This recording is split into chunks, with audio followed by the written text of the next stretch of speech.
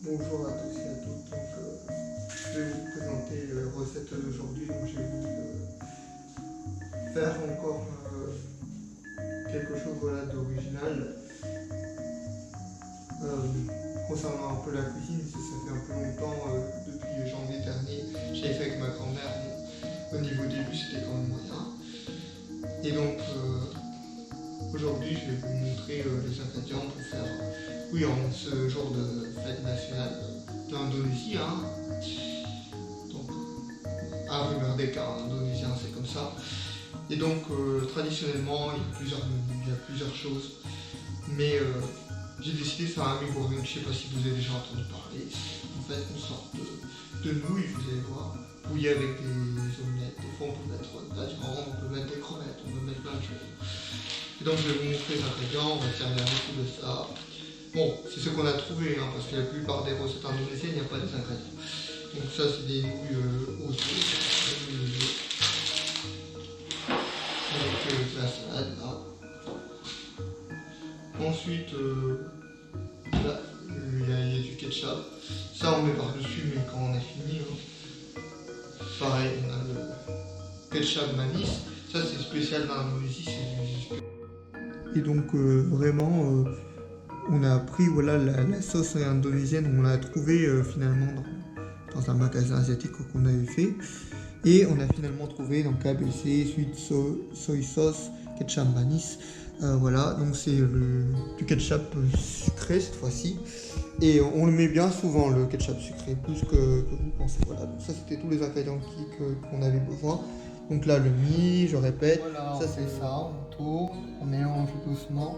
Parce qu'après ça gicle, vous voyez, c'est compliqué. Attendez, comme ça. Le résultat c'est ça. Après, on a coupé en morceaux, on a dispersé. Voilà. Ça donne un peu ça. Et après on va rajouter l'omelette, on va rajouter les choses par-dessus. Mais voilà, c'est ça un peu le but. Une fois que c'est là, on coupe en dés, on coupe en plein de trucs. On est censé faire ça avec de la viande, mais je rappelle que voilà, on n'a que du steak haché, on n'a pas de poulet, on n'a pas de crevettes. Voilà, on a tout découpé. Je sais pas si c'est visible, mais je vais pas trop approcher parce que sinon je vais me faire niquer. Mais voilà. Là, vous voyez bien, après avoir retourné, on découpe, on découpe, on découpe. On file un petit morceau, on fait pareil pour l'omelette en général en Indonésie. Voilà. C'est un peu notre résultat. Ensuite, on met par-dessus de l'oignon. Parce que c'est ça qui fait le goût et après on l'éparpille aussi par-dessus.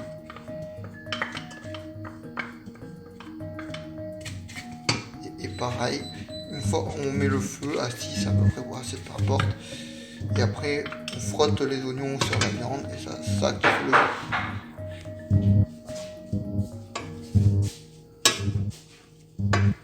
On éparpille. Normalement il faut tenir la casserole mais je suis un con.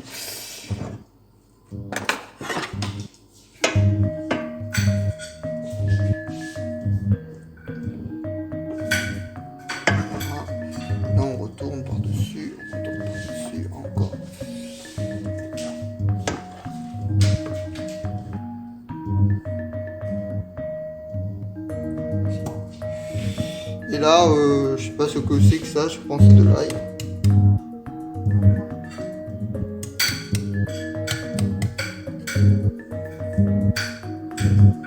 Ah, non, c'est pas de l'ail. C'est gingembre apparemment qu'on a rajouté. C'est l'ingrédient qui est phare aussi dans la cuisine indonésienne. Mais on l'a trouvé au dernier moment. C'est qu'il y en a. Du coup, j'ai pas trouvé dans les ingrédients. Voilà. Maintenant il y a l'ail qui arrive. Pareil, on mijote tout ça.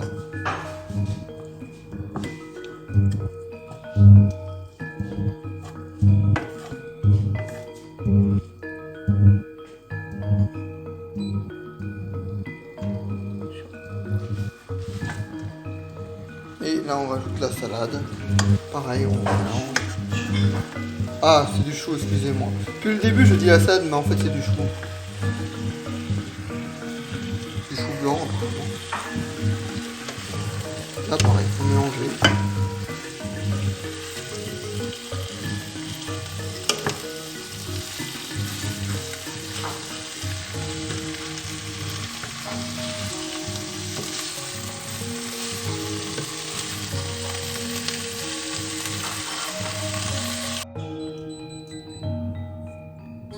Une fois les œufs battus, on doit mettre ça dessus. C'est l'omelette en fait qui était battue. On le met dessus, pareil, ça on va le remélanger. C'est vraiment en fait un plat où on mélange tout ce qu'on a, tous les ingrédients initiaux. On fait cuire, on va mélanger.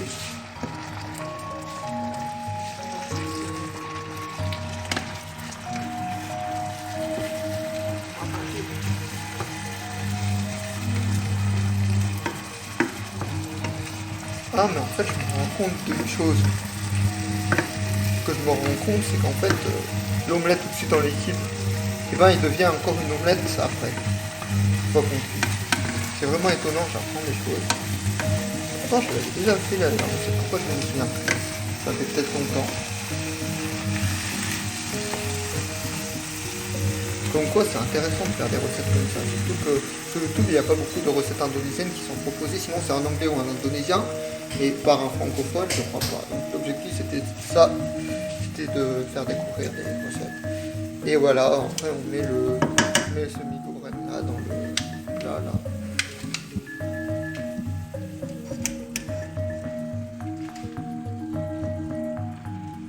Pareil, on va le mélanger. Par contre, comme c'est un peu dur, il faut vraiment... Enfin, non, il n'est pas très dur parce qu'on l'a vécu tout à l'heure, mais il faut vraiment y aller durement.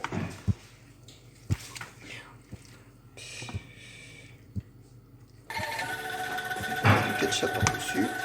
Normalement, il faut y aller plus dur, mais comme je tiens la caméra en même temps, c'est difficile.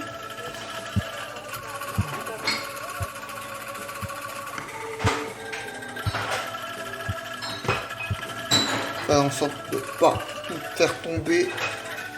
Ça c'est la première connerie que j'ai fait au début quand j'ai appris la recette.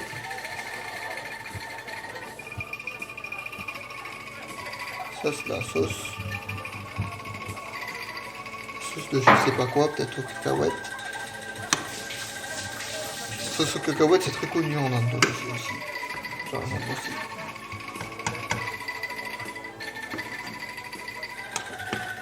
On tasse, mais on doit continuer à tasser. Ça veut dire tout ce qui est en dessous, on doit le faire revenir au-dessus.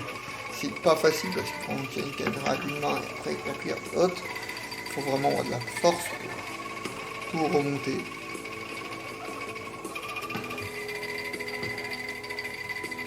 Et c'est une des recettes indonésiennes, on va dire les plus simples à faire. Je crois qu'il y a pas mal de plats asiatiques qui ont fait la même chose. En Indonésie, c'est ça. Une fois que vous avez les ingrédients, en fait, on peut rajouter tout ce que vous avez dans le frigo, après dans la limite un peu.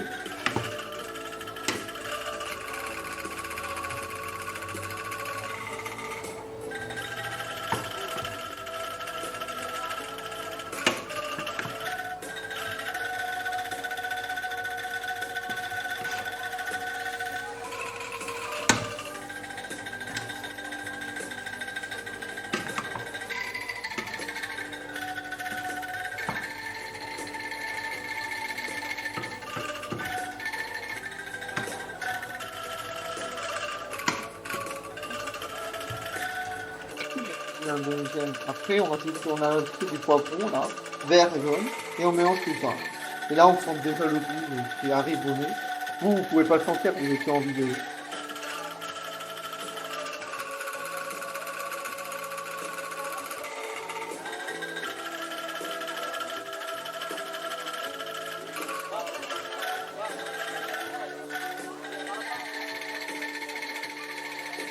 Alors,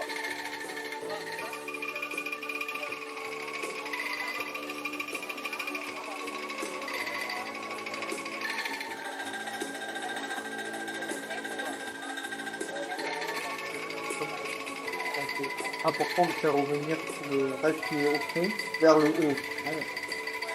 Non, ça marche pas.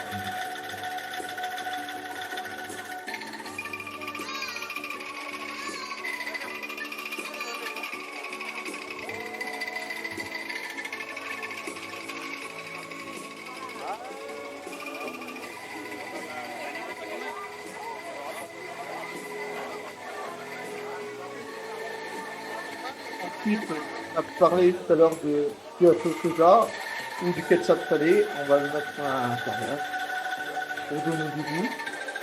Moi j'aime bien le rajouter après, mais le rajouter pendant la cuisson aussi. Et après on mélange.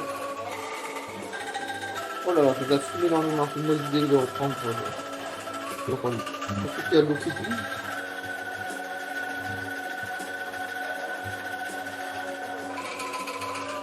Ouais, ensuite on met du sucre dedans. C'est des pannes, je ne sais pas quoi. Hop, pas le rajouter. Voilà.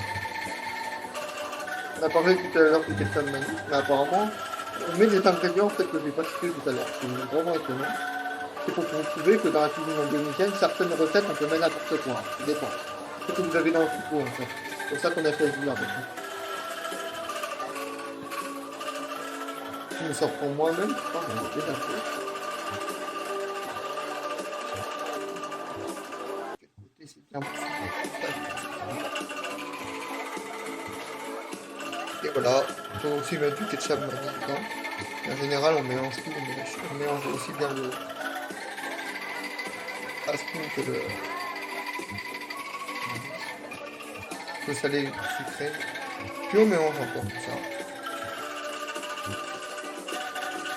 Pas tout le monde qui aime bien cette recette-là, on mélange tout ça dedans. C'est vraiment traditionnellement indonésien, c'est dans la culture, qui vient les desserts que les fruits. On mélange. T'arrêtes pas de mélanger, hein, on continue. Là, on met ça.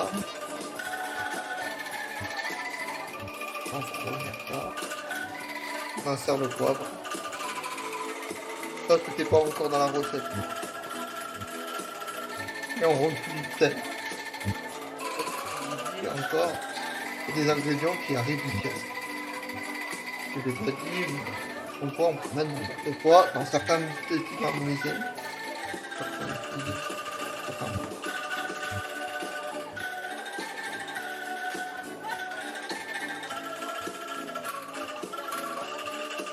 Et la sauce tomate qu'on a vu tout à l'heure, on met dedans. C'est un peu original parce que moi j'aurais pas mis la sauce tomate et dépend. Je vous l'ai dit, on met un peu n'importe quoi.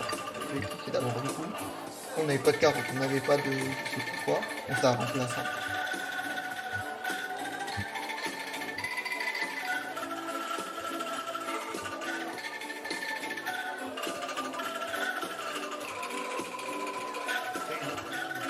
C'est pas mal.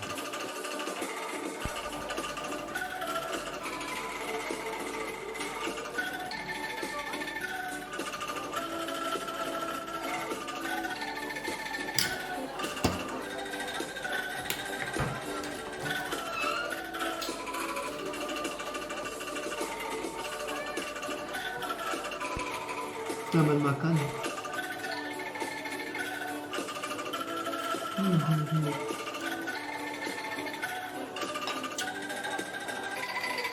C'est trop bon.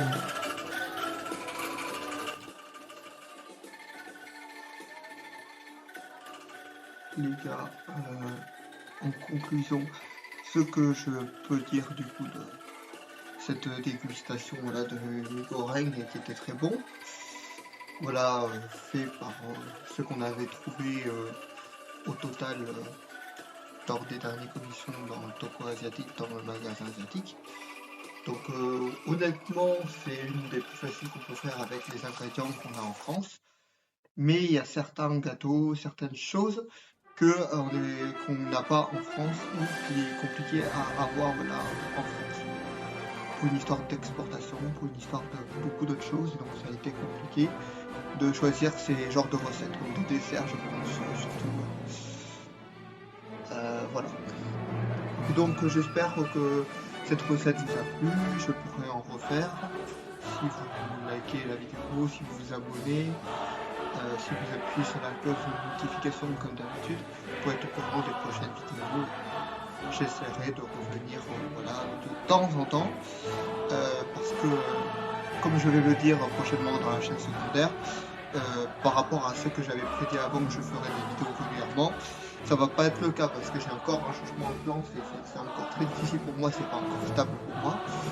Donc à l'heure actuelle, je vais faire des vidéos comme je peux et j'espère pouvoir faire des vidéos voyage prochainement. Et puis nourriture. l'aventure aussi, pourquoi pas, ça peut toujours intéresser. Voilà, l'objectif c'est de varier. Donc voilà, n'hésitez pas à vous abonner. Donc je répète, si ça vous plaît, à liker la vidéo. Voilà, en obtenant un nombre de likes et un nombre de vues, c'est important, voilà, pour mon envol, on va dire, même si ça se fait au fur et à mesure du temps. Et puis sinon, moi je vous dis à la prochaine, prenez bien soin de vous, ciao.